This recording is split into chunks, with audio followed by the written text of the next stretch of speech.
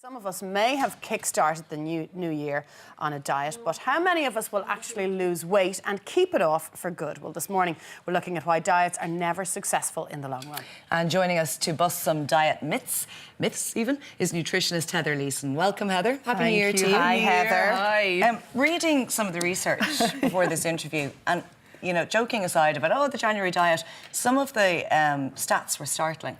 Yeah. Quite frightening in terms of how many women go on a diet in their lifetime, how long we spend on a diet.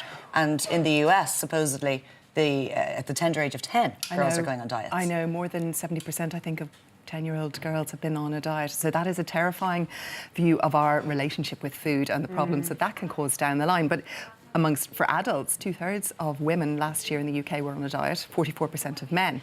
And the really crazy thing is they don't work. They do not work. So we know that 95% of people who have been on a diet within a year will have put on that weight and more. So if you had a toothache, you wouldn't take something for that was 95% likely to make no difference or make it worse. So why do we keep dieting? It doesn't work. It's too hard. Why doesn't it work?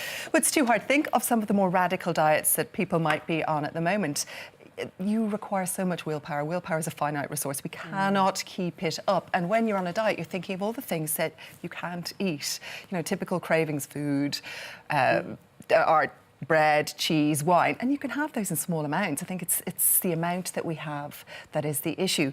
And then with a diet, what you do if you're on a diet on a regular basis is you're actually slowing down your metabolism. Your body gets used to having less. So your metabolism slows down. When you go back to eating normally, you put weight on. So the real issue is what we do in, day out, every day. Those little habits that we have every day, they're what make a difference to our health, whether they're good or whether they're bad. Okay, so introducing some of those good habits. I've a feeling there's a reason for 6 bags of sugar on the breakfast bar here, Heather. I did not enjoy buying that. I bet you didn't. No. So explain that to us. So it's back to the little things that we do all of the time, and we all have habits that we want to change. The problem with diet is we try to do something that's dramatically different from our normal. And that's why it doesn't work. And I'm obviously not talking about healthy eating is what we should be doing, not dieting. So pick 1 or 2 habits that you have, and they'll be different for you, they'll be different for you, they'll be different for me, and focus on them. Don't focus on everything because you can't do it. Focus on 1 or 2 things that you want to change. Do them solidly for a month, then they almost become, you do them unconsciously. You don't need to think about it. You don't need to employ willpower. So it's like retraining yourself. Exactly, and then you move on to the next thing. So over a year, you can change maybe 12 things. The reason for the sugar is that we had a patient in clinic whose habit after lunch was to eat a Twix every day. He wasn't hungry, that was just his habit. So he didn't want to completely cut out the Twix. He liked them, that's fine. You know, it's not about all or nothing, it's about balance. So what we had him do was cut out the Twix 5 days a week. So during the week, he didn't have it. He had it at the weekend.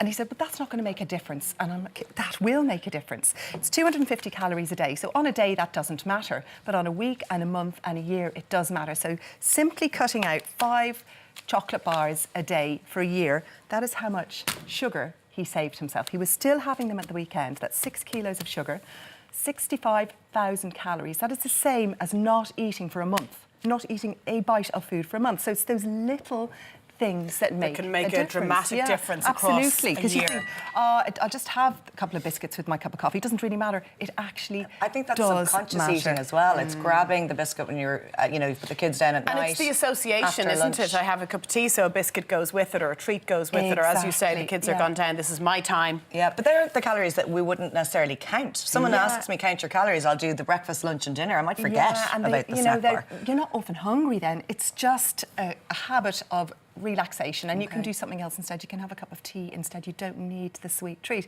I was talking to someone in the studio before Christmas who shall remain nameless, who said his habit was to sit down in front of the TV at night and have a bar or 2 of chocolate or a packet of crisps. And that does add up to maybe half a stone a year, which again is not huge, but over 5 years, that's a lot of weight to shift. So look at the little things that you're doing. We all kind of know what they are, and just focus on them. Don't try to do everything.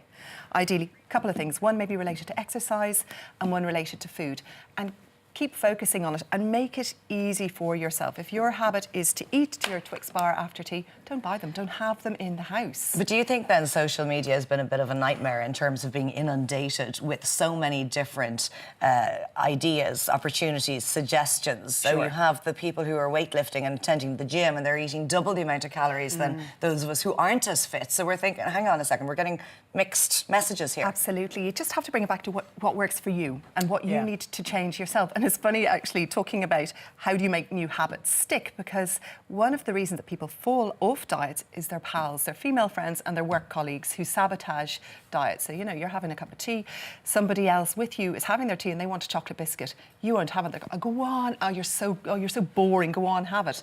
That's their issue, not yours. So you have to kind of say, stay strong and maybe buddy up with someone who's trying to do the same thing. Yeah. So in the workplace, you bring in an orange instead of chocolate and you're kind of working together, or you get help, join Weight Watchers, Simplicity. There's loads of really good programs out there. You're doing it together and you're kind of working towards a goal. Is this about portion control? This is about portion control, because that's one of the big things that we see, certainly in clinic. We're just eating too much. So even something like Tara's gorgeous pasta there, we tend to eat way too much, and our plates are also getting bigger. So if you look at the difference even in these two plates, this would be our typical dinner plate for most people, wouldn't it? But that is a new thing. So if you look at, say, an old-fashioned dinner service, that's the size of the dinner plate that it used to be. Yeah, our plates have got bigger and our portions have got bigger, and that is a portion of pasta.